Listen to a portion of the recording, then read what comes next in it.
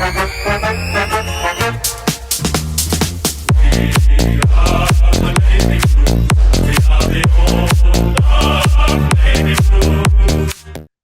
one and all, and welcome to another episode of Baggers Chat. My name is Mitch Pattinson, and as always, we're joined by Ethan Duffy. And today is our first installment of Trade Talk for season 2024, heading into obviously 2025 next year for the AFL season. But Duff, obviously, it's been a series that we've been waiting for a few months now. I mean, not a few months, a few weeks ever since the season's been done. There's been a lot of speculation and a lot of news coming out within Carlton, like sources about Carlton with some players linked, and obviously with what we're going to do with our picks. But first things first, mate, how are you?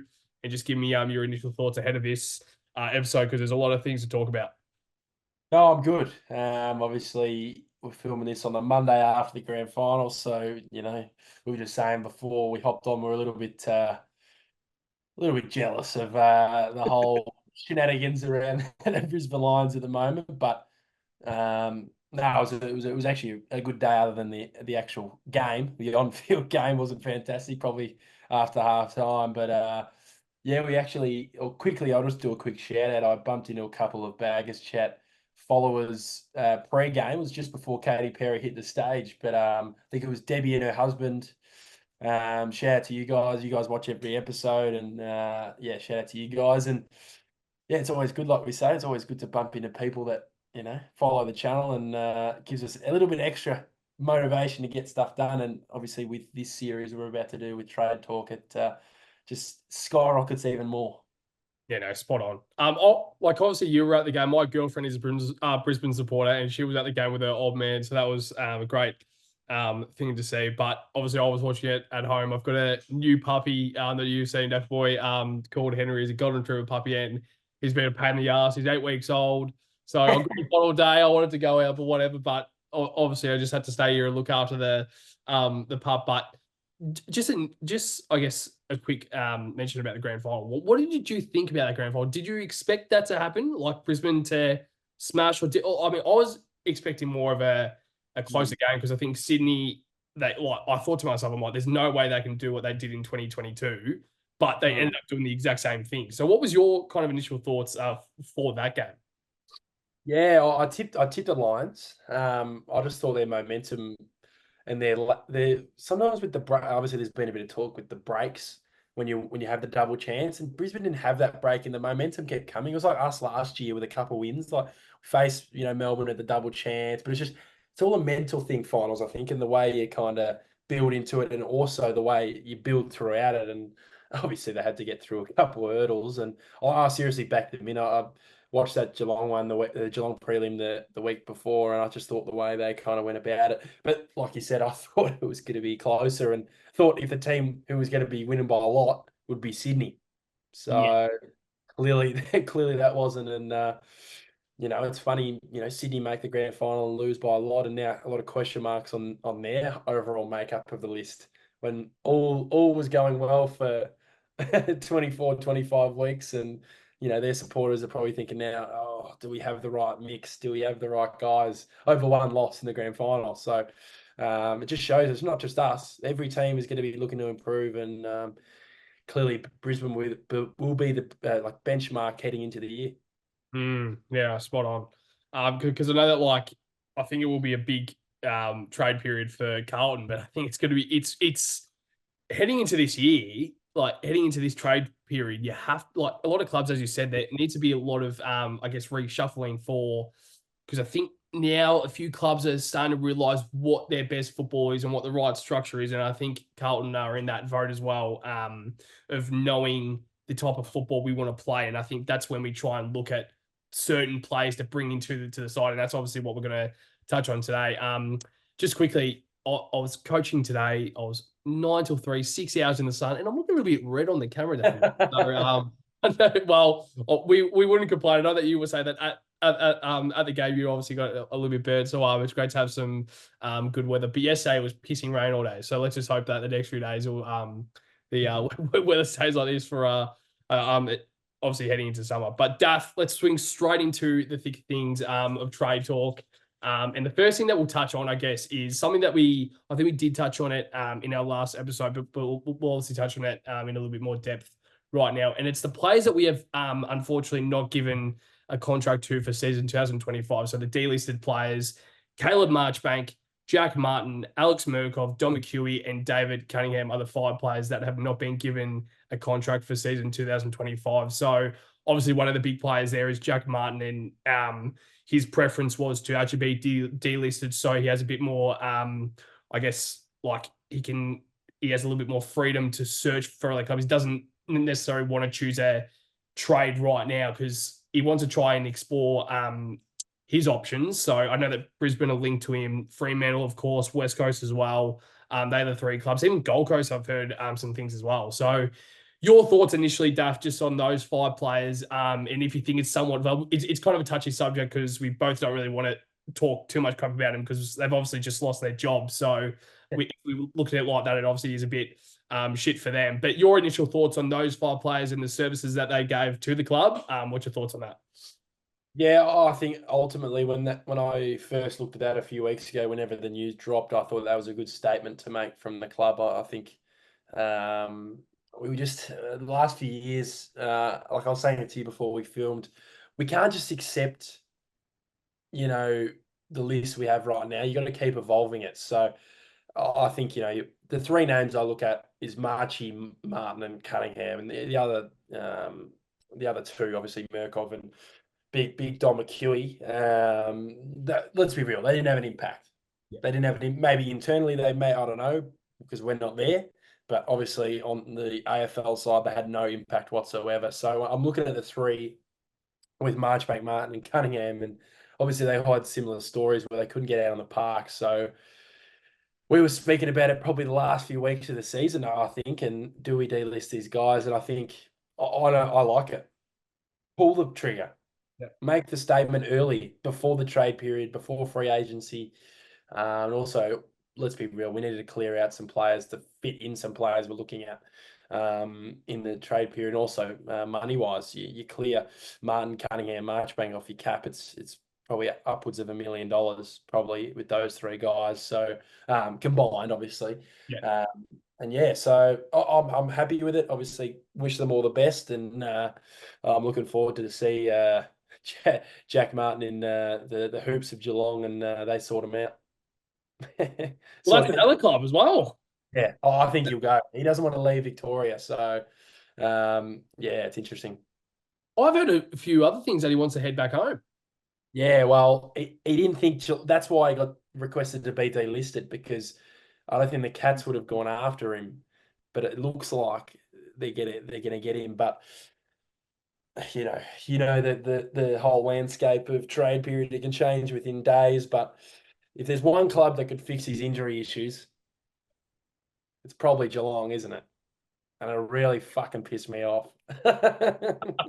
It happened with who was the other? Oh no, it happened with Joe Danaher when he went up to Brisbane. Hasn't gotten on the path for like 3 years in Essendon, then he came to Brisbane and played a whole bloody season. The first time he's done that since like 2017.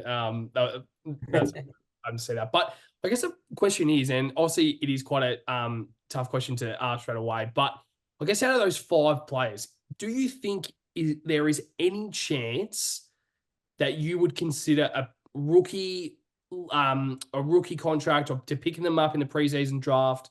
Do you think there's any way that you can pick any of these 5 players to come in for on a rookie contract, or do you think we should seriously look in the VFL and try and pick like a player like a Tom Stewart or a Sean Manor? Like Geelong are really good at that side of things, trying to pick a player from the VFL who's dominating to head into the AFL. Do you think there's a chance for any of these guys to find a spot once again at Carlton on a rookie contract, or even do you think any of these players will find a new AFL home next year? Yeah, for me, I think the only guy not for Carlton wise to get an AFL is, I think Martin's probably the only guy that's, I guess, put together maybe enough. Like you probably not enough for us as a whole, but I think he's shown enough, obviously, with the interested teams. But yeah, with Cunningham and Marchbank, I think it's too risky to have him on a list spot. Like their own ability isn't list clogger, but their availability is list clogger kind of areas. And yeah, I don't think they would. I don't think we'd look at them at all for re-rookieing those two, especially. And yeah, like I said, I think I might have said during the year when Cunningham was out for the year, maybe we look at him for the VFL list. Yep. Maybe we just get him on the VFL list and just to get him playing at a higher level. And then if he goes okay, maybe the next season you go, we do rookie him. I don't know, but yeah, I think it's going to be tough for those guys to get in because the way the mentality has been the last couple of weeks, these delistings, the way we're kind of pushing guys out the door with, Kennedy, Owies, and Young. Clearly, there's a mindset shift within the club since that kind of back end of the year crappy form. Spot on. Well said. But Duff, I guess we'll move on to another part of this episode, and it's obviously the players that are still yet to be offered a contract from the Carlton point of view. They obviously haven't been delisted yet, but they also haven't been offered a contract for season 2025. And there's 4 names there that are obviously quite crucial, and it obviously, I mean, I wouldn't say crucial, but they're obviously players that can perform. I think probably 3 there. I mean, even 2 to be absolutely real. It's probably the 2 players that are probably AFL worthy players, and the other 2 are a little bit arguable. But also wouldn't be mad if we kept them on the list. But obviously the players are Jack Carroll, Matty Owies, Sam Durden, and Matt Carroll.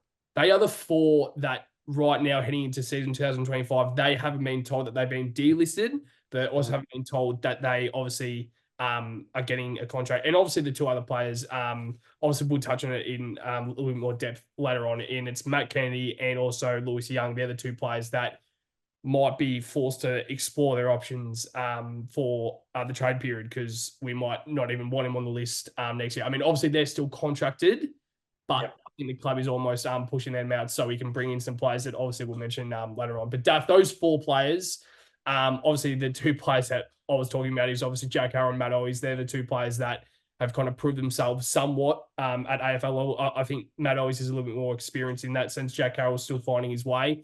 But obviously Sam Durden, he's been in the system for a long time. Matt Carroll's that guy who's only been there for, I think, a year or 2, if anything. But those, like, your thoughts on those 4, and I guess we need to have a bit of a conversation as to what we kind of do with these players, and if we find them do we give them a trade, or do we simply just delist them from the list? Yeah, it's an interesting one. I think you're spot on with the top 2 names there with Carroll and Owies. They've both shown, definitely Owies has shown plenty at AFL level, and there's been a lot of talk around why we are kind of pushing him out the door, and I think it's due to the fact that he is out of contract. He's the small forward that's out of contract. The rest aren't. So when you're trying to clear your books, you've got to actually get rid of the guys who are contracted, or maybe the guys who want out and are on a longer deal, like a Lewis Young. And even Matt Kennedy, as we touched on, who's probably got 1 year left to run, and that usually is the case for traded players, isn't it? They've got 1 year left to run, and that's when they are traded from the club because they want value, I guess. But yeah, it's a Jack Carroll first of all. I think he's definitely capable at the level, but you did point out a name to me who is at the club with Cooper Lord. And I completely agree, who's kind of taken that role on up the pecking order, as we would say. And yeah, it looks like Carroll's probably going to go to the Eagles. They're making some moves, which is with Baker and Graham heading there this year with their new coach, McWalter, the ex-Richmond.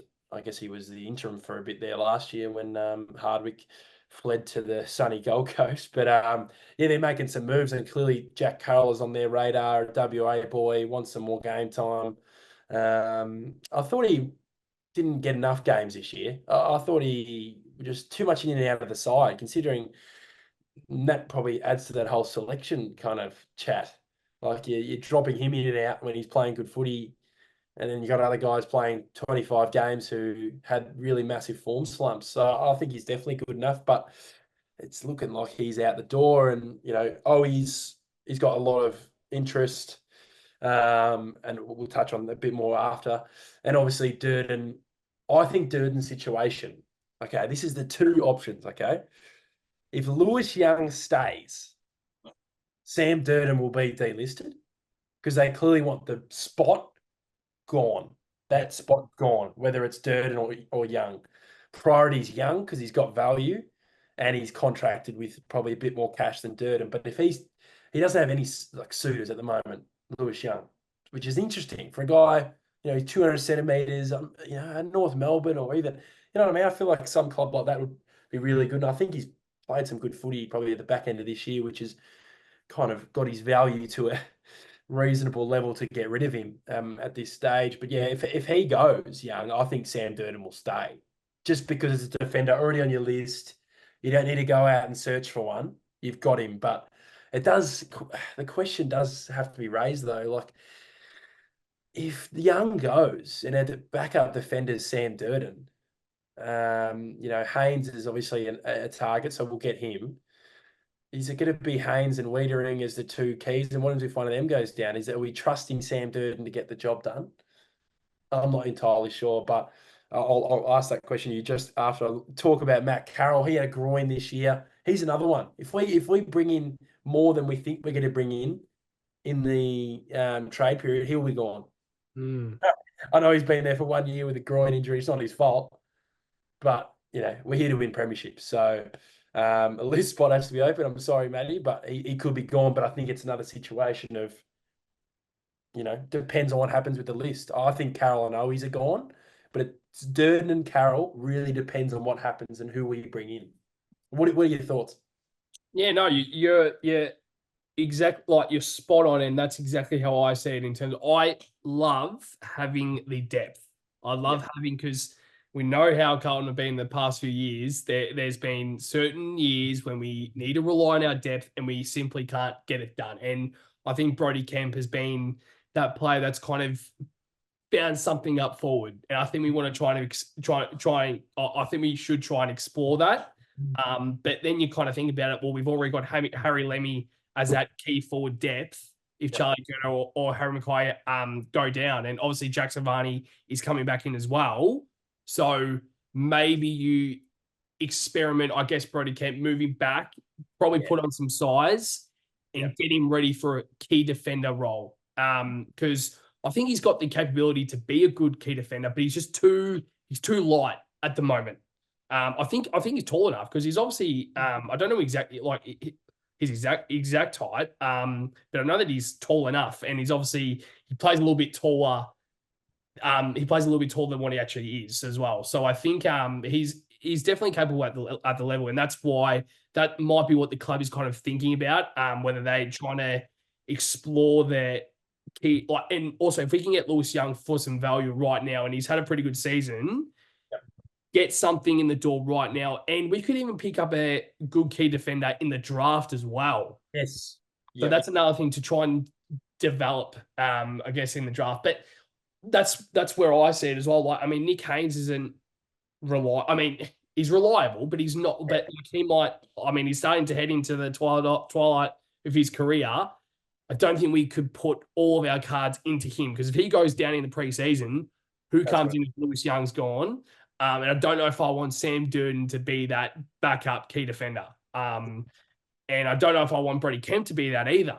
Like, I think he can be capable. I think he's capable to do it, but I don't know if I want that to be I guess, the plan B. I think Lewis Young, if you can't get anything for him, and Lewis Young's the type of guy that can kind of accept any deal. Like, it seems like he's quite loyal to the club. I mean, obviously he came from the Dogs, but it seems like he's quite loyal, and he wants to stay at Carlton as well. Because I think he's got some opportunity there. But what's your kind of thoughts on that in terms of the key defender, and also Brodie Kemp potentially being developed and trying to stick purely as a key defender?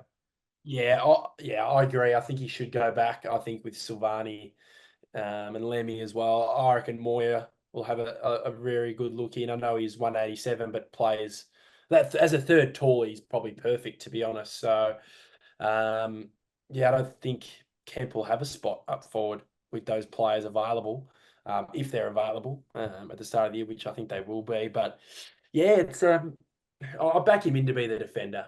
It's just a matter of if we stick to something, if we go Kempy, you're going back this year and you're not even fucking touching the forward line unless obviously drastic measures happen again. Yeah. You just focus on that. Get to work on your craft. And who knows? He was the guy with Wiedering as a second back in a team that made a prelim final last year. So, yeah, it's a headache when you think about it, but it is a good headache. It's a positive headache to have because he can play multiple positions. Yeah, I think he's good enough as well.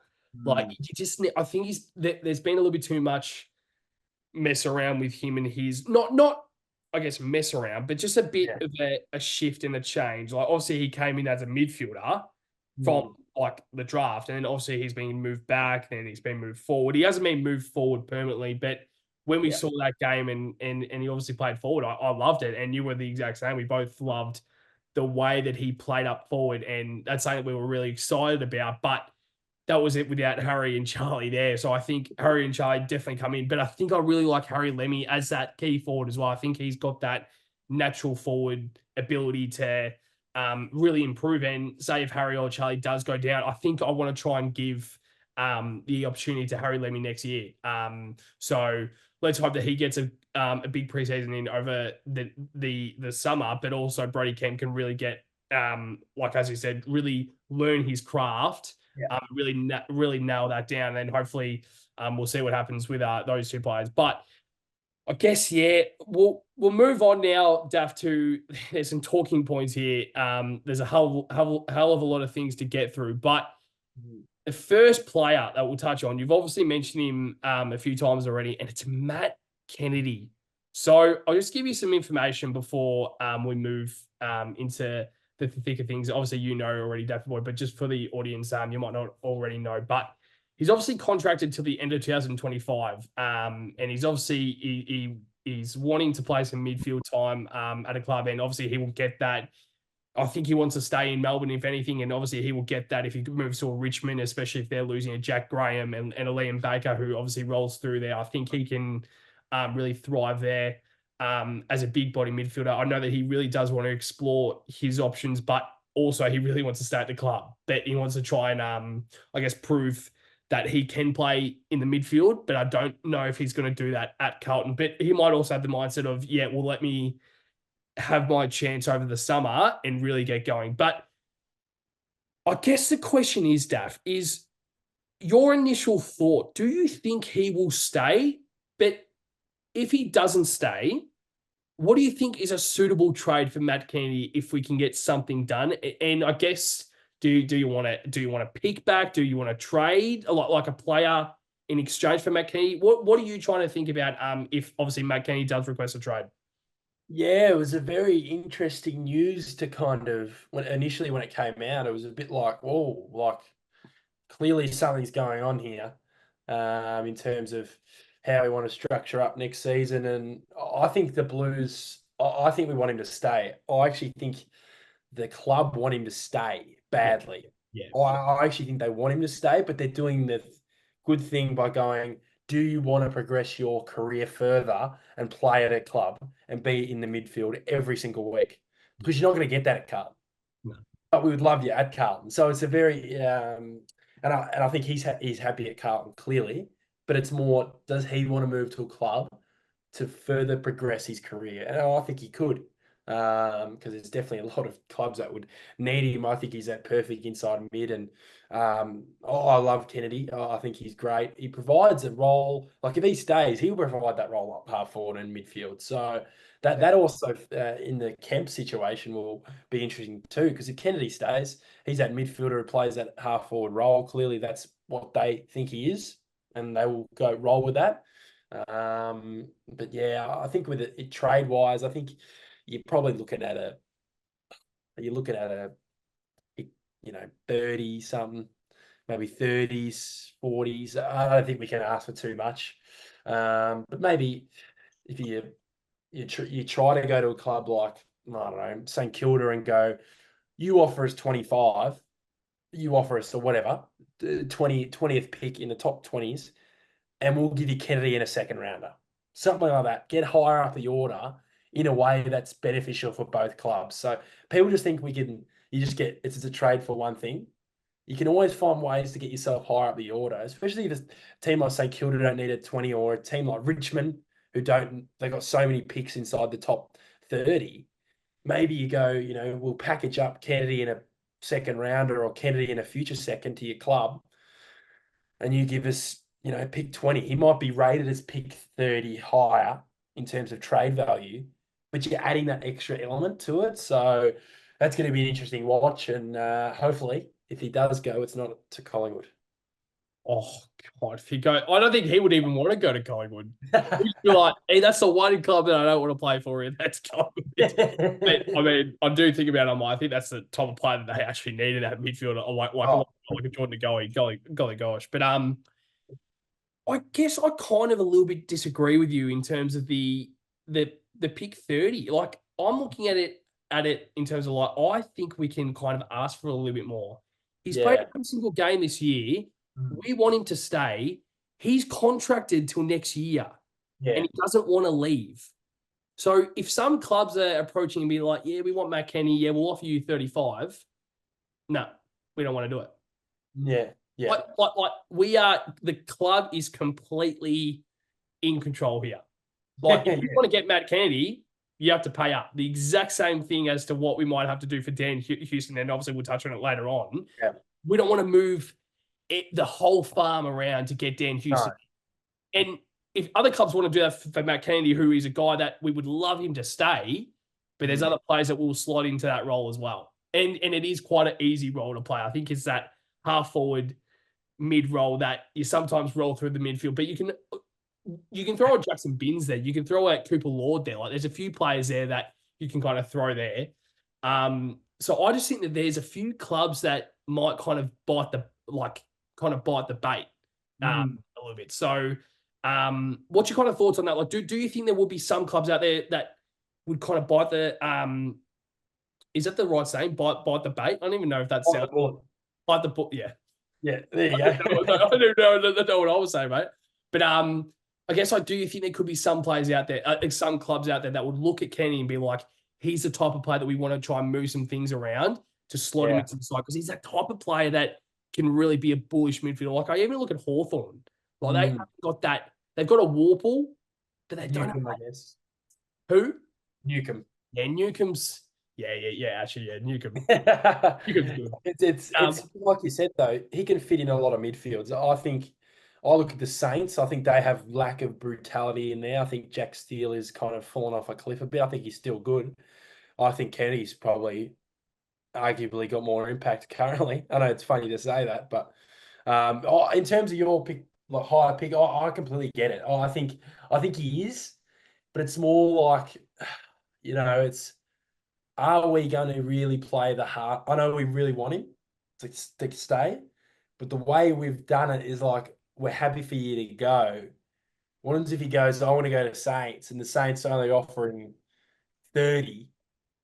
And, Kennedy really wants to go there. He really wants to go there and be it. He's guaranteed midfield time. Yeah. And then we play hardball. Like I get there's a club element, which I love from what you're saying. I completely get it. I think we should play hardball.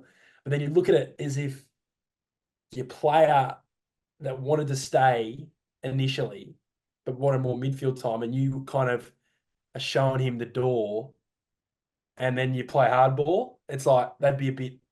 It's an interesting situation because it's not a usual kind of trade situation where he wants out. He doesn't want to play for Carlton anymore. He does, but you're also leaving. It's confusing. I completely see where you're coming from. I think he's definitely worth that kind of 20s range as well. But I just feel like it won't. That's just my thinking. But I hope we get high. I hope you're right. I hope you're absolutely right in terms of that. But I just feel like clubs are just sometimes very reluctant, aren't they, to with those types of players who just, I don't know, they just seem reluctant to give up higher picks. I just feel like they try to hold on to them, but I could be wrong. But yeah, it's hopefully he stays. But fuck, if we can get a 20th pick and free up salary cap for different targets, I'll be happy with that. It is quite unusual to see the club kind of. I guess we kind of like said like we kind of like the club seems like they care about Matt Kennedy and they want the best out of his AFL career. And I think if they're saying to him like, look, if you can find elsewhere to play midfield time, we kind of want to give you that opportunity. But something tells me that Matt Keane will just be like, no, no, no, I want to stay at the club. I think he cares more about the club and the group Yeah. rather than his own, I guess, um, development as a midfielder at another club. And I think he would have the mindset, which is great for healthy competition. To like, if Adam Chera isn't doing well over the preseason, that's your role to take. And if Yeah. someone goes down like a George Hewitt, I mean, let's try and touch wood, but let's Yeah. like if he does go down, Matt Keane's that next player. So I'm just like looking at it and I'm like, I think there's still a vital role for Yeah. Matt Keane. In and it will like he'll still obviously play every single game next year, hopefully, for Yeah. Navy Blue. But yeah, I'm just really excited. But question, Matt Candy, do you think he's going, yes or no? Uh, yes. Wow. Yeah. See, that's all we need to say. So, Daf, obviously, we now move on to our next player, and it obviously is Lewis Young. It's a player that we've already touched on a few times already, but we'll kind of touch on it a little bit more if we need to. But I guess he is contracted till the end of 2026. He played some pretty good football the back half of the year, but I guess the same thing goes. Do you reckon he does stay? And if he does request a trade, and there's a club out there that wants him into their side, what do you think is a suitable trade for Lewis Young? Yeah, it's very. I don't think we can play it too much hardball, Yeah. but he is contracted. I think that always adds a layer to it. Like you said with Kennedy, he is contracted, so you probably have the ability to kind of have the control of the negotiations, I guess. But yeah, it's a very interesting topic because I feel like a lot of clubs would need a guy like Lewis Young in their team, depth wise, or even just in their starting lineup. Like you look at St Kilda, they're losing battle. Like who's coming in? Like I know that Lewis Young might not be all right, but he's still young. Literally, he's Lewis Young. But it's I just got a feeling he will stay at Carlton. That's my initial thoughts on this thing. But unless another team props up or a couple of teams go, we wouldn't mind him, and we'll offer you, I don't know, pick in the 30s, maybe third or fourth rounder, maybe. Just for points wise, I don't think we're going to use those picks for players necessarily in the draft. But if they go, oh, we'll give you fucking pick 38, you probably take it. It's probably a pretty good value, really. People go, oh, pick 38, that's shit. But then you go, well, no, it's not. Well, that's actually pretty good. Oh, I think for a guy of his kind of caliber. So, yeah, what are your thoughts? I just think it might be, I don't know. I just got a feeling he'll stay. I don't know. Not his choice, but I just don't think he'll have enough suitors, and then the trade just won't happen because. Yeah, I think he will stay as well because I think we almost need to keep him. Yeah, And we obviously spoke about the key stocks, and I think that's something that we've been really good the past few years is getting those key stocks up and running. And obviously we like we drafted Harry Lemmy, and that's another key stock for the forward line. And I just think you can almost keep Lewis Young, but then I look at it and I'm like, yeah, 38, if we can get a pick 38 and money, yep, and money, like if we can clear some stuff out. And that's another conversation. That's why I want to try and save it all for Dan Houston later on when we touch on him. It's just a few things that's going through my mind, and I'm like, I don't want to have to clear the farm for one player. yeah, And we're touching him later on. I'll say it just quickly right now. I don't think he's the player that I fucking love him at the club. yeah. But Of course, yeah, he's a player that I think we can survive without him. yes, that's So, but to try and stick on Lewis Young, I think if we get a pick 38, that would be around three. yeah, yeah. Borderline, yeah, round three, borderline four, yeah. Three. Not bad. I reckon I would take that for Lewis Young. Like, would you reckon that would almost be a straight trade, pick 38 for Lewis Young? Yeah, something around. It doesn't have to be pick 38 exactly, Yeah, but yeah, yeah. something around that mark. Yeah, I think he's probably worth that much. And I think the main one with him is the salary because clearly he's contracted for another 2 years. You get that off the books. And I know the whole, Houston situation, but it can open the books up for, well, clearly Wiedering is about to re-sign him with a 6-year deal, but clearing the books for Tom de Koning, Walsh, Sard, that's also, it's not necessarily for the blokes you're going to bring in. Because maybe we go, fuck, let's clear the books. Let's bring in the Camperelli boys and our top pick. Young guys aren't paid as much in their first few years. That'll open up the salary cap, and you've also got good young players coming through. So that's an exciting thing as well. So we can get, yeah, we'll touch on Houston anyway, but it's all about opening up the salary cap, in my opinion. Hmm.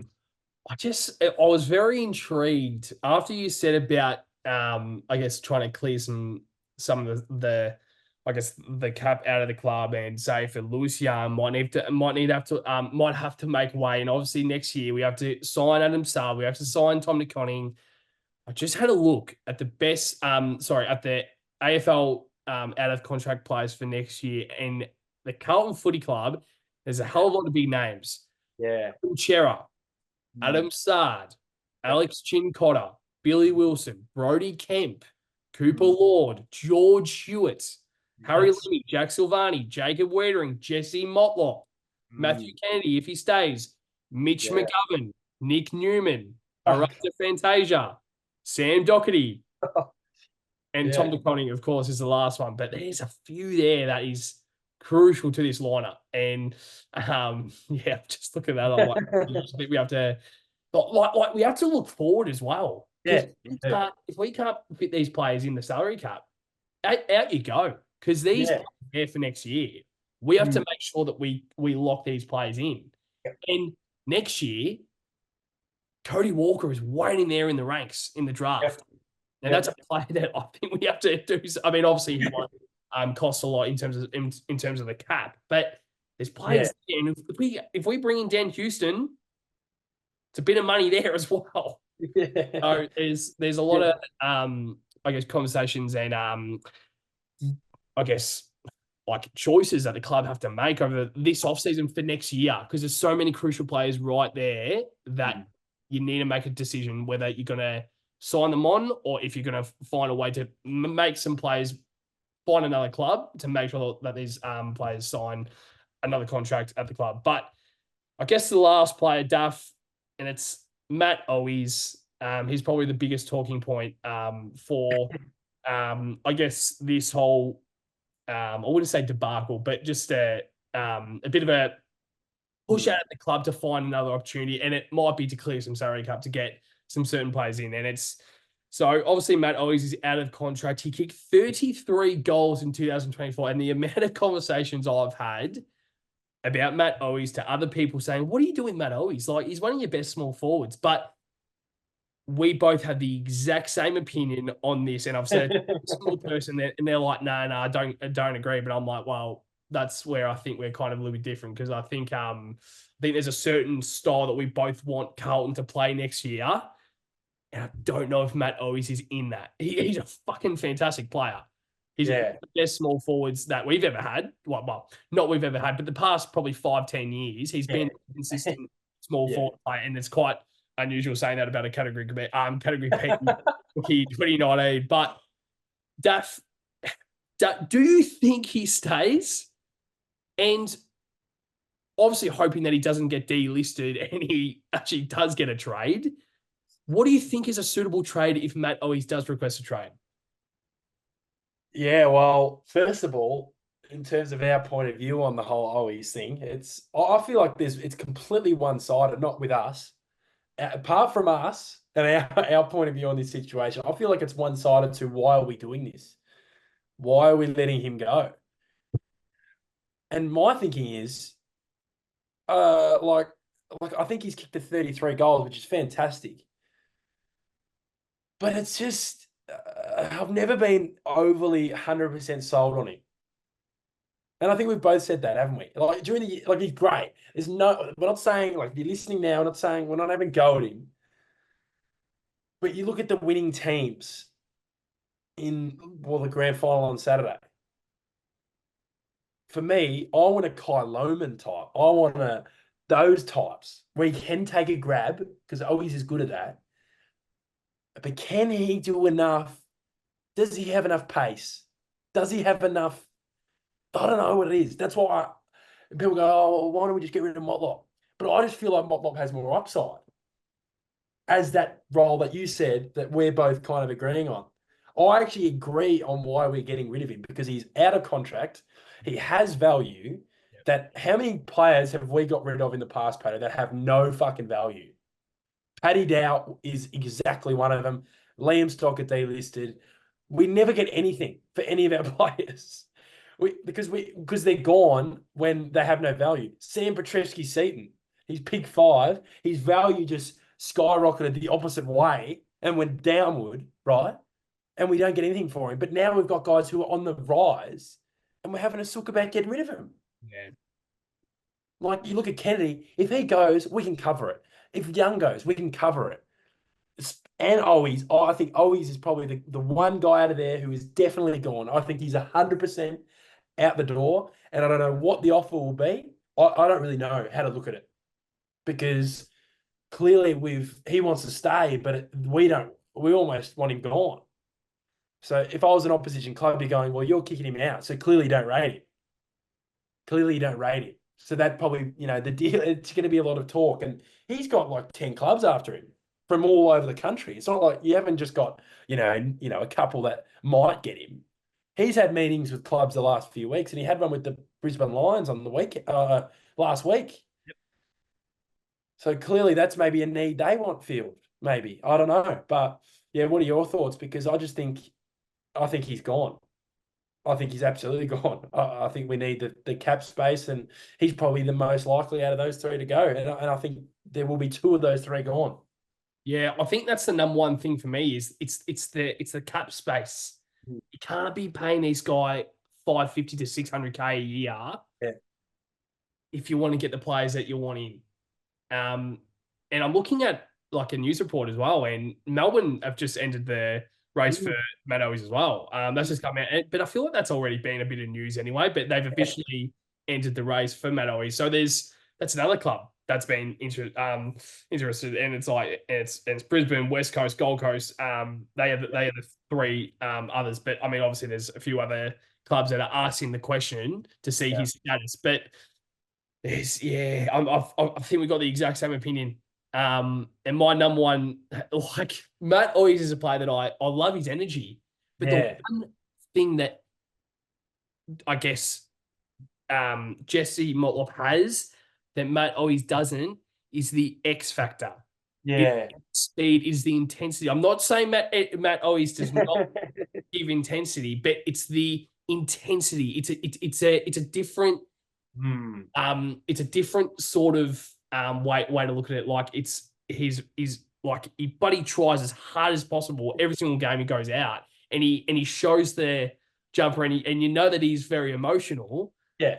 But he doesn't have the speed that a small forward should. Yeah. And that's why I think, and I said a thing earlier to a mate of mine, and I think the player that Matt Owies is right now, he's the Orazio Fantasia role right now. The link forward, the run. But Orazio Fantasia has a bigger tank than Matt Owies, in my opinion. I think Matt Owies only plays around that 75-meter radius from the forward 50. Yeah. In that radius, when Orazio Fantasia can go to the back pocket and can run straight back. So I think that's why Orazio's getting the opportunity and he'll be at the club next year. But also, it's because Matt Owies has a bit more value than Orazio Fantasia. Yes, massively, yeah. Yeah, so that's just why I just think you have to do something with it right now. And that's why I kind of asked the question again, like, if he does get the trade, and I think we both expect him to get traded, what do you think that trade will look like? Because we will touch on it right now, that the trade for Houston that's obviously being made public is we've offered our pick 11 and Matt Owies for Dan Houston, and they didn't want a bar of that.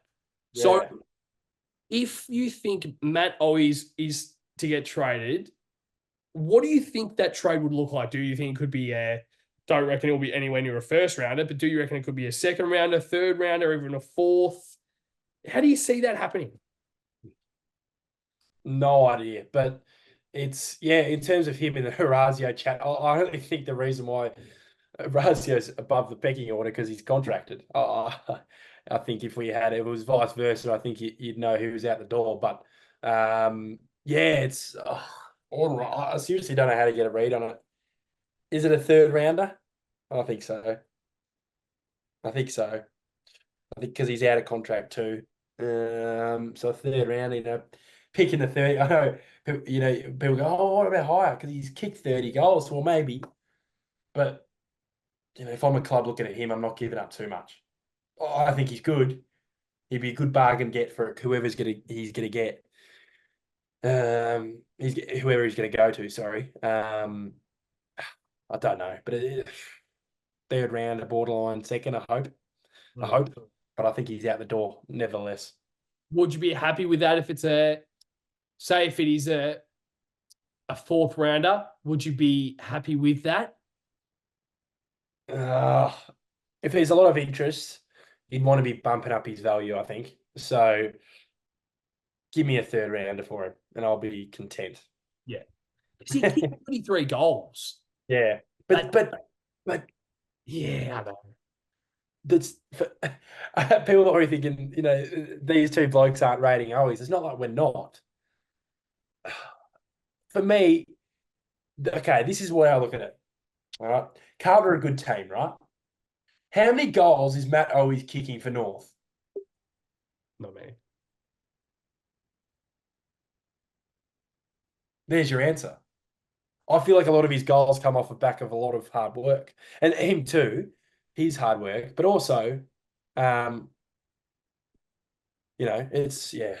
don't know. It's interesting, but yeah, that's the way I look at it. Will he kick goals at a lower club? Can he create enough goals off his own bat? I don't know.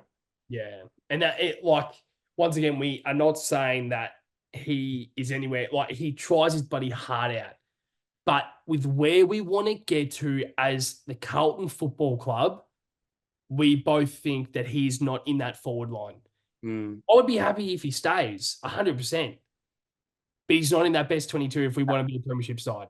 Yep. Jesse Motlop is. He's that former first round pick, and he's that guy who has that something about him in the forward 50, and he's that small forward that I think I would almost like to invest a little bit into him. I would like to head into season 2025 with a bit of trust and not pressure, but just a bit of, I will say pressure. Motlop, it's your third year. Let's try and do something about it. Let's try and put a bit of pressure up to you. And you've wanted this small forward slot for years now. You finally got it without Matt Owies in there. Show us what you've got. Zach Williams will be down there in the forward line as well. Show us what you've got. But I think the other thing is we need to try and find a cheap small forward option over the off season. And I think Eraser Fantasia is that I like that move because we all know what he can do. He did it and he didn't really do it at Port, but he is solid enough. He's a serviceable enough forward, small forward, but Jesse Motlop's got the X factor about him, and I think he's got the investment of the club to say, you are our future small forward, show us what you've got. And I think 2025 is the year to do that. So let's just try and put a bit of trust into Motlop. And when people say, yeah, let's get rid of Motlop. I agree. All right, so we'll now move on to our players on our radar, Duffy Boy, and it's obviously a few players that I think we will. There's one player that's definitely coming to the Carlton Football Club, but there's also another player that is, I will say, very likely. Yeah, but it's more just down to if we can get the trade done. So obviously, the first player we'll touch on, it's the player that's pretty much 99.9% in, and it's obviously Nick Haynes through free agency. He will join the Carlton Football Club as an unrestricted free agent on a 1-year deal. So that has just come through. Yeah. On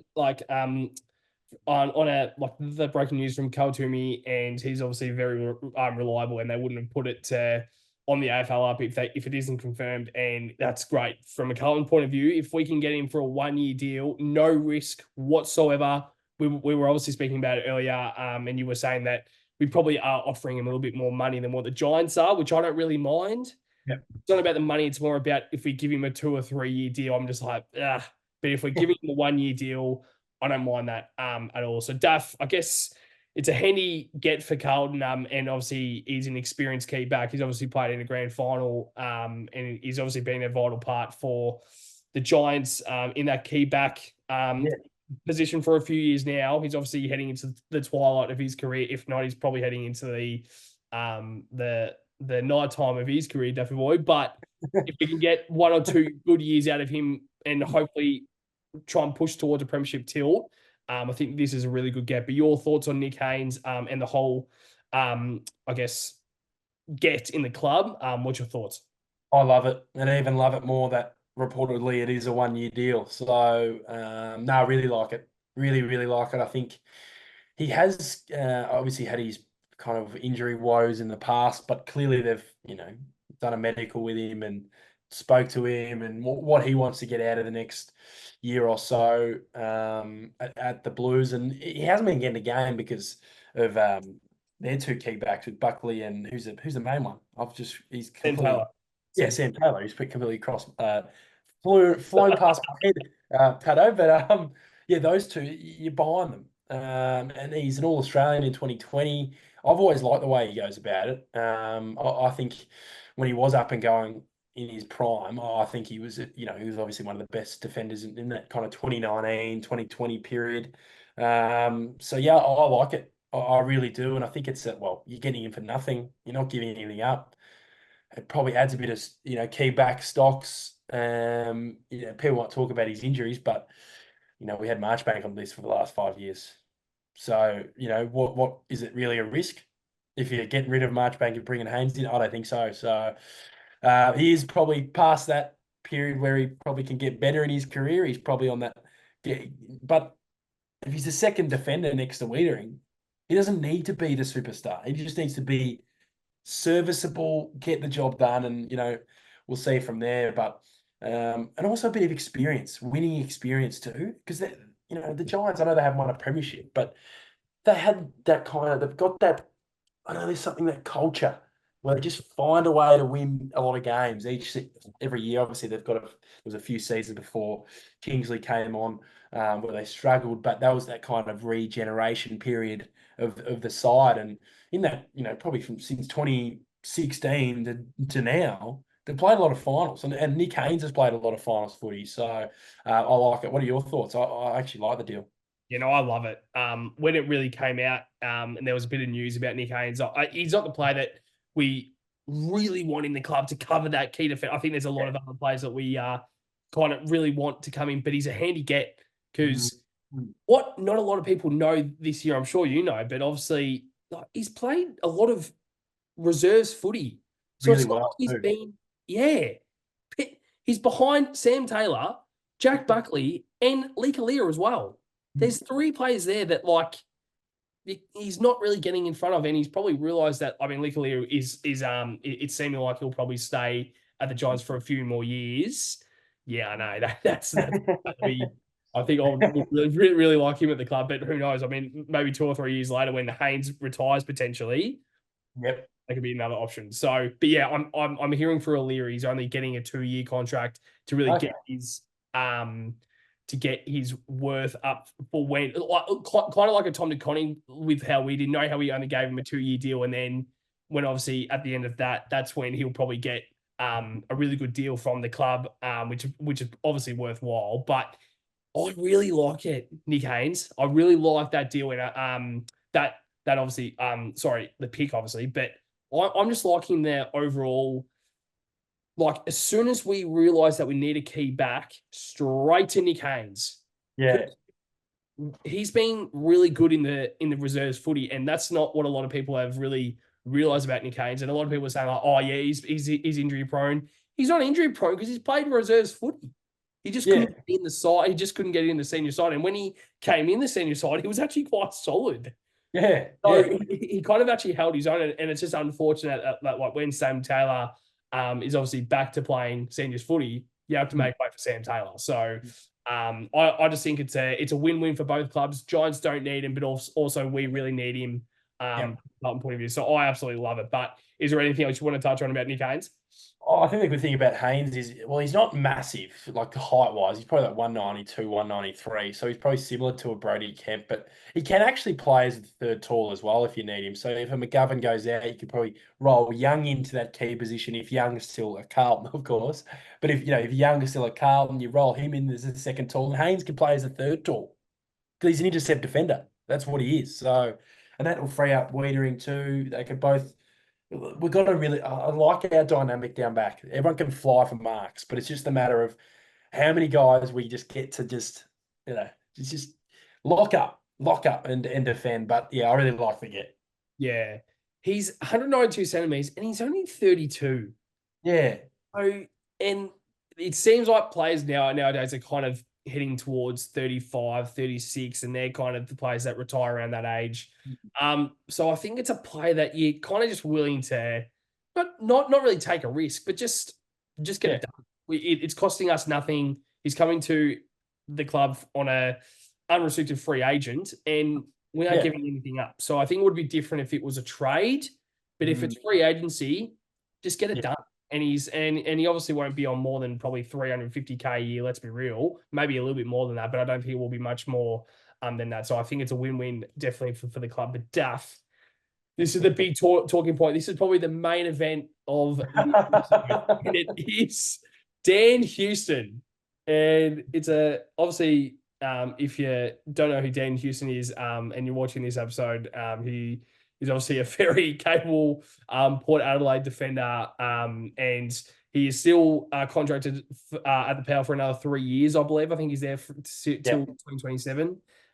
So he's obviously Port really want to keep him, and he's happy to stay there, but his preferred destination is Victoria, and he wants to come to a big club, a bit like Petrarca. He wants to move to a big club. If Petrarca was to move, he wanted to come to a big club. And I think Dan Houston still wants to get to Victoria. He would be happy to play for North Melbourne, but I think it's not been public. But I think yeah, it's kind of it's kind of known now that I think he wants to play for the Carlton Football Club. You have said many times that he's best mates with Jack Silvani. yeah, That plays a vital role as well because he wants to play for a club that obviously is familiar. I'm sure since he's best mates with Jack Silvani, I'm sure he would know a lot of Carlton players as well. So yeah, yep. probably quite comfortable with coming straight into the side. But I just think I would assume that we do get this deal done, but it really is how we can get this deal done. And obviously, as we mentioned already in the episode, we have put a trade forward, a deal forward, and it's Owies and pick 11 for Dan Houston. And as we've said throughout the episode, Port Adelaide have said, get fucked. just, just to be quite nice about it, but they've said a bit of a piss off Carlton Football Club. But I guess there's a lot of talking points with Dan Houston. What are your initial thoughts right here, right now? What's going through your head with Dan Houston? And do you think we can find a way to get Dan Houston into the club? I think I think it's likely. I think unless there's over the next few days, obviously we'll be doing more trade talks throughout the week and updating that. But yeah, I just think we'll find a way. Clearly, we've got interest. Clearly, there's some sort of connection. He's obviously Michael Voss was at Port Adelaide. That's a big one too, apparently. Michael Voss, Silvani. We're a club. We're not trying to be cocky, but we're a club pushing for a premiership. Let's be real. North Melbourne aren't anywhere near at the moment. At the moment, and that really depends on where he wants to. Like, does he want to be at a club that's progressing like a North Melbourne, and take him up to that point, or does he want to get to a club like Carlton and push for a premiership as soon as next year? And like you said, I think it's a trade request to Victoria, but I think we all know where he wants to really end up, ideally. But yeah, it's a very well summarised the whole interaction with Carlton and Port Adelaide, Patto, with Nick Austin's. This is me visualising Nick Austin sending the email to the Port Adelaide list manager, setting the offer, and then the Port Adelaide guy goes, "Dear Nick, get fucked. Kind regards, whatever his name is." Kind regards, kind regards. Apparently, they're that pissed off that apparently they're not talking directly to Carlton. Port Adelaide. Apparently, they're talking directly to. So the middleman is Houston's manager, and then he ends up talking to Carlton. That's how pissed off they are at the moment. So it's that's the issue with the situation. It's looking. We say it's likely, but it looks like it's far away from being done at the moment. But I know the trade period doesn't start till Monday, so you still got a week. But still, like, you don't want to drag it out too long, and then you get to this point where it's like, well, I think he might stay at Port Adelaide. But yeah, I think we're both on the same page that it's not a priority to get him through the door. But then I think the positives outweigh the other stuff. I think the positives he will bring to the club is a fantastic ball user. Like if he gets to the club, he'll be one of our best ball users, if not the best. I think he has 14 or 17% of Port's scores this year have come from his foot at the start of the chain. So that just tells me a lot we need to know about how he is as a player. And who do we have up forward, Patto? And the service isn't necessarily always great, is it? Like, I know we've got good defenders who have got good kicks and Boyds and Sards and stuff like that, but it just seems to me a guy like Houston who can press up as well as defend. I think he can defend really well as well. That's why he's an All-Australian player, because he's an all-rounder. He's an all-rounder, but his ball use is really, really good. And hopefully, like he did last year, and if he is at Carlton, hopefully he kicks a goal after the siren against Essendon again. When I was watching that game, I was going off my nut when he's. I was so happy, and I think it was just because Essendon obviously choked out the game. But yeah, we have the exact same point of view, I reckon, about Dan Houston, and we've said it many times. We don't want to clear the farm just for this player. And another question is, Port Adelaide have said no to the Owies and Pick 11 deal for Dan Houston. Very, very, very politely declined. But do you think we can get this deal done? Is there any way? Because Dan Houston still is happy to stay in Adelaide. He likes the club, and the only reason why he wants to leave is because of his girlfriend, of his partner, and obviously he probably wants to play for a big Victorian club with his best mate Jackson Varney. So there's a few links there, and Michael Voss is another thing that you've said, which is absolutely spot on. That's another thing that I didn't even think about. That's crucial. The head coach is a guy that he's probably really close with, and he wants to play for the guy that kind of probably had a bit of a reason as to why he's the footballer today.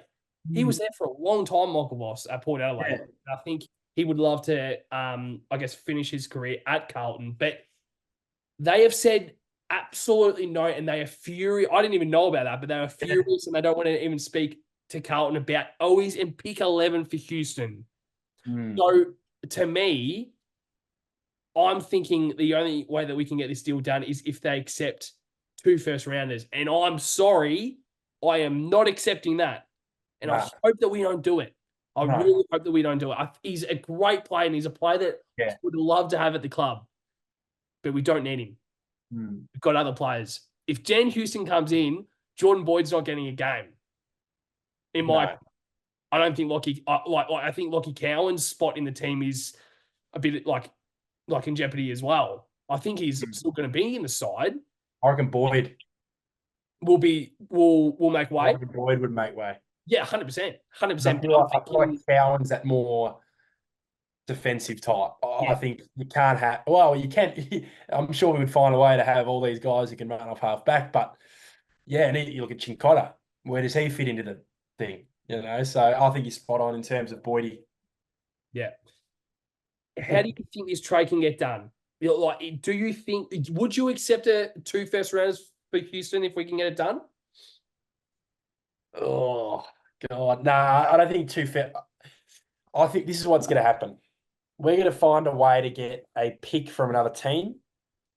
It's looking like maybe Gold Coast with their pick 12, but that might be used for Noble. Not too sure. If that is used for Noble, by the way, that is overs. But if that is used for Noble, then that probably throws that out of the picture. So maybe we just look at other teams, Richmond's, teams like that, who they might not need, a pick 14 or whatever they've got. Right, if they've got they've got 400 first rounders. Maybe Richmond go, we'll take your first rounder for next year, and then we'll give you this year's first round. And maybe they go, it's just, I don't know. For me, I think the deal will be done with a first rounder, whether it's pick 11 or one that we've brought in, and maybe future first, because I think they want to stay in this draft. This is the draft.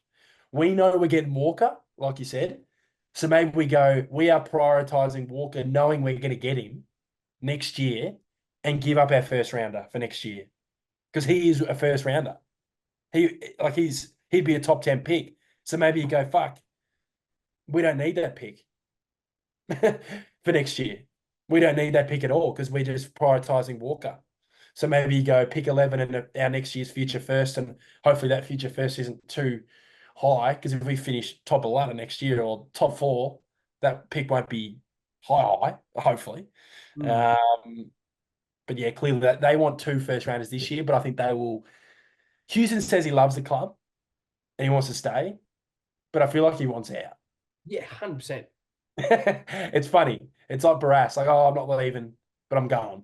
It's like, so I think he hasn't requested a trade to a club yet because he doesn't know which clubs can get a deal done. It's a similar situation. Well, obviously, the Petrarca situation. Carlton and Collingwood couldn't get a deal done. That's why he didn't request a trade.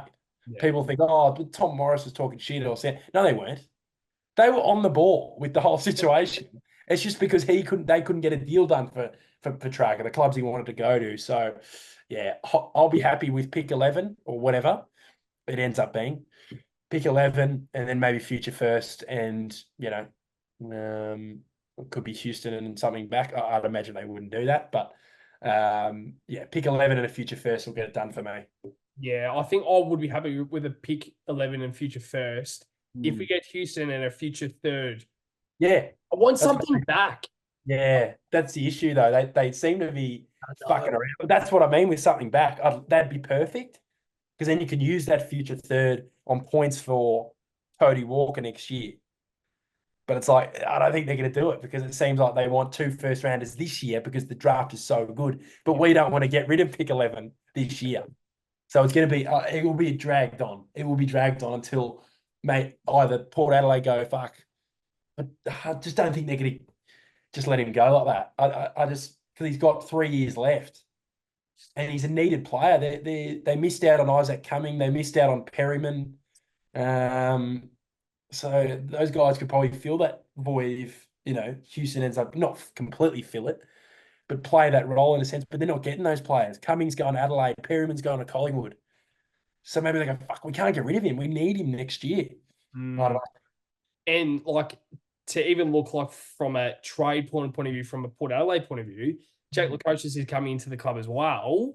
They probably have to give up something for Lukosius, and they probably want a first rounder back.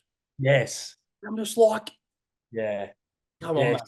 What they might be trying to do is get us to give 2 first rounders and then use one of those first rounders to get Lukosius. I think they're already planning on giving away their first rounder alone for Lukosius.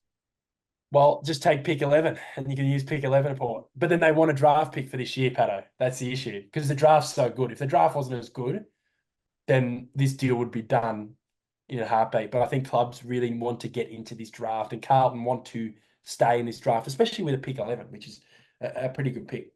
Spot on. Who knows, but I might even send a bit of like a Nick Austin email, a bit of a personalized email from Mitchell Pattinson and send the Port Adelaide list manager just a bit of a email. But Dan, you just get the deal done and just accept the pick 11, or else I might get a little bit angry. Just accept your club shit and give it up. Oh gosh! But Daf, I guess they're the 2 players that I think are very highly linked to the Carlton Football Club. But there's just 3 other players. This will be our last segment, and it has been a little bit of a longer episode. Obviously, trade talk. There has been a lot of news coming out for Carlton in the trade and also in draft as well. And if we can exchange some picks, whatever. But there's just 3 other players that we want to touch on before we wrap up this episode. And it's not anything that has really started that. There hasn't been a flame lit Like there hasn't really been a fire littered yet, but it's just a bit of conversation, Daf. Sam DeConning, Malcolm Roses, Alex Sexton. They're the three. Sexton's not really a player that has really been spoken about, but it's a player that we could consider. He's out of contract. And a player that I think we could somewhat like as that small forward role, but also when we think about it, maybe he is a little bit more valuable as that defensive role that he's played this year, and maybe we don't really look at that. But I think just the two players there, Sam DeConning and Malcolm Roses, they're the two players there. Malcolm Roses is out of contract for season 2024. Gold Coast haven't even offered him a contract yet. Sam DeConning was not even considered in the prelim final. Geelong did not pick him. His brother plays for Carlton Football Club. It's Tom DeConning. Those are two players there that I think Malcolm Roses I would have loved to have at the club. He's that X factor forward that I think we really need. But my golly gosh, Sam DeConning is that player that we need as well as that key defender. So Duff, let's just talk. We won't talk too much about it, but just those two. Not really Alex Sexton as much, but those two players, DeConning and Roses. What's your thoughts initially on that? Yeah, personally with DeConning, I'd love it. Obviously, I'd love him. It would be funny if he ended up at Carlton because the whole talk about his brother going to Geelong, because they all thought they would reunite in Geelong, being surfer boys, and they like the coastal life. So you wouldn't, that's what you expect. But I've got a feeling if we don't get anything done, I think we've asked the question. I think that's a real possibility that's happened. I just don't. I think Geelong will play too hardball, but I think I look to next year, the end of 2025, and if his situation at Geelong is very similar to he isn't a priority, or just what I mean, like he just obviously had an injury this year, which has cost him. He would have played in the prelim if he had continuity, and people think he just wasn't picked. Of course, he wasn't picked, and that's a big talking point, but. He didn't have continuity, but they did end up losing that prelim final. But yeah, I love that. Malcolm Roses, I'd love. If people were watching in this video when we're talking about Owies, that's the player we want. Yeah.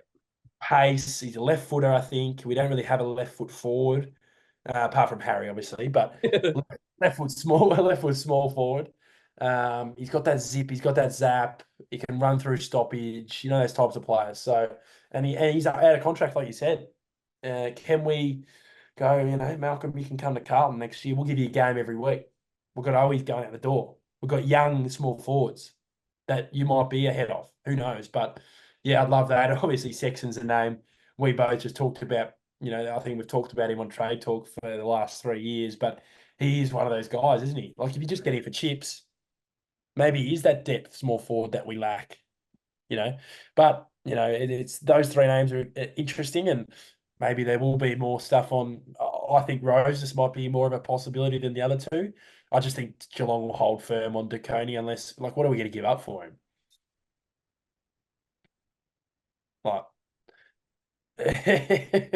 Like, that's the issue. That's why I'm looking towards next year. Maybe we're focusing on Houston this year and then add the piece of DeConey next year. Who knows? But Roses would be very nice. What's your kind of thoughts around it, especially Roses? I think that could be gettable.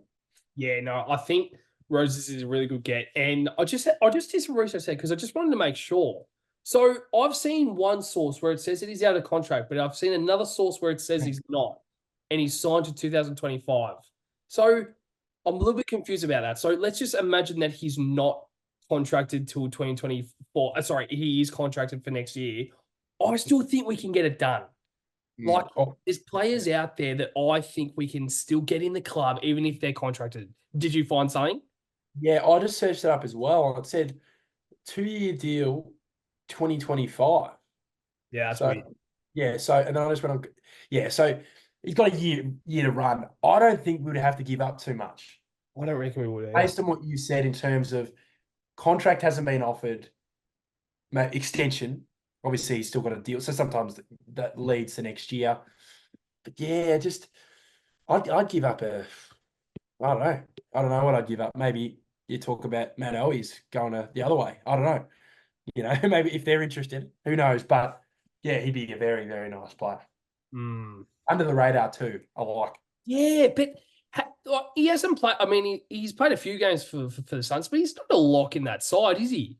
No, it's yeah. He He's was not he was a in. rookie pick, so I guess he's come from he was under the radar in his junior years, and he's played 45 games since 2021, since his debut in 2020. So it's not too many, but Too bad. Yeah. it's he's 23, so he's still young.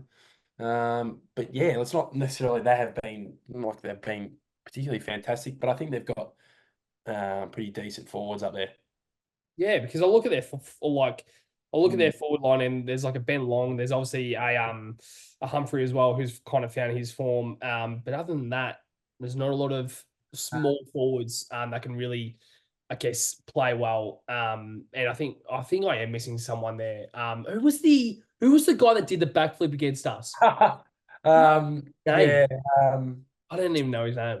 I don't know, but yeah, he plays forward. Look at other guy. But yeah, I don't think that'd be if I was Gold Coast, I wouldn't be getting rid of him, Roses. I'd Yeah. be trying to keep him, but clearly, I don't know, maybe they're just letting it roll for next year. Yeah, spot on. So yeah, I mean, I think it's kind of a play. I mean, this is why the two players that we've kind of touched on, they're kind of the players that it's additional interest. It's not Yeah. anything that's really started, but Mm. it's something that if we could gain some traction, Yeah. could get it done. And I think Sam DeConning is, we'll say, unlikely, Yeah. not very unlikely, Mm. but could be something. But I Mm. think Malcolm Roses right now, I'd say I'd say likely. You Right now. reckon Yep, likely. I reckon we can get it done. without any interest, known interest? He wants to play for a big club. If he wants to play for a big club at Carlton, then he'll definitely get a spot in that forward line. Mm. Who Mm. knows? We can kind of use that. I think if he requests a trade, I'll be on board with you. That'd be likely, but I think now it's at that stage where it's do we actually have interest in him, legit interest in him? That's my thinking. If we do, I'd be right on board with you and saying it's likely. Mm, yeah. This is why it's so exciting, this show, because we could say, I reckon we put all of our chips into a certain player, Daffy boy, Tom Papley. And we're not going to Yes. touch anything on that. We're not going to speak anything about that. But who knows? Just keep watch for our next episode, because there might be a bit of a conversation, Daffy boy, about that. I mean, I don't think there will be anything, but But yeah, yeah, there's just a bit of. no, just a name where to pop out there.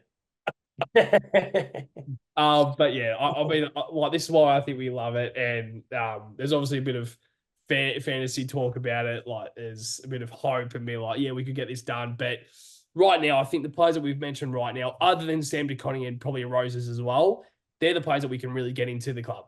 I think Dan Houston is very, I mean, I won't say very likely. I think he's likely to come. It's just whether we can find a deal to get the deal, find I guess, appropriate deal to get the trade done. But Daff, is there anything else you would like to touch on before we wrap up the episode? It's been a longer episode, and I think it's probably valid because it is obviously the first episode of Trade Talk. Is there anything else you would like to touch on? No, I think it was a good episode, especially with the preview. That's probably going to be our biggest episode in terms of trade talk. But yeah, no, it was good. And obviously, in the comments below, if anyone's got any sort of little inklings or things they've heard around the good old rumor mill, let us know. But yeah, let us know on what your thoughts are on a guy like Roses or just the overall deals of the players leaving and also the guys we're looking to bring in with Haynes and Houston. Yeah, spot on. Very well wrapped up. But to every single blue bagger out there, make sure to like, comment, and subscribe on our YouTube channel, but also make sure to get around our podcast platforms, whether it's Spotify, Apple Music. There's a few others out there. Make sure to try and get around those.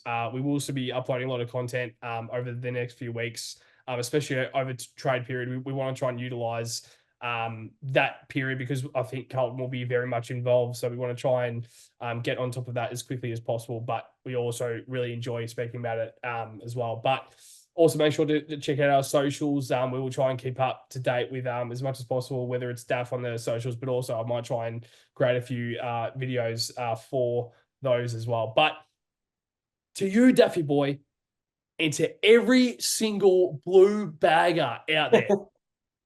Yeah, Oh, the the baggers. bags.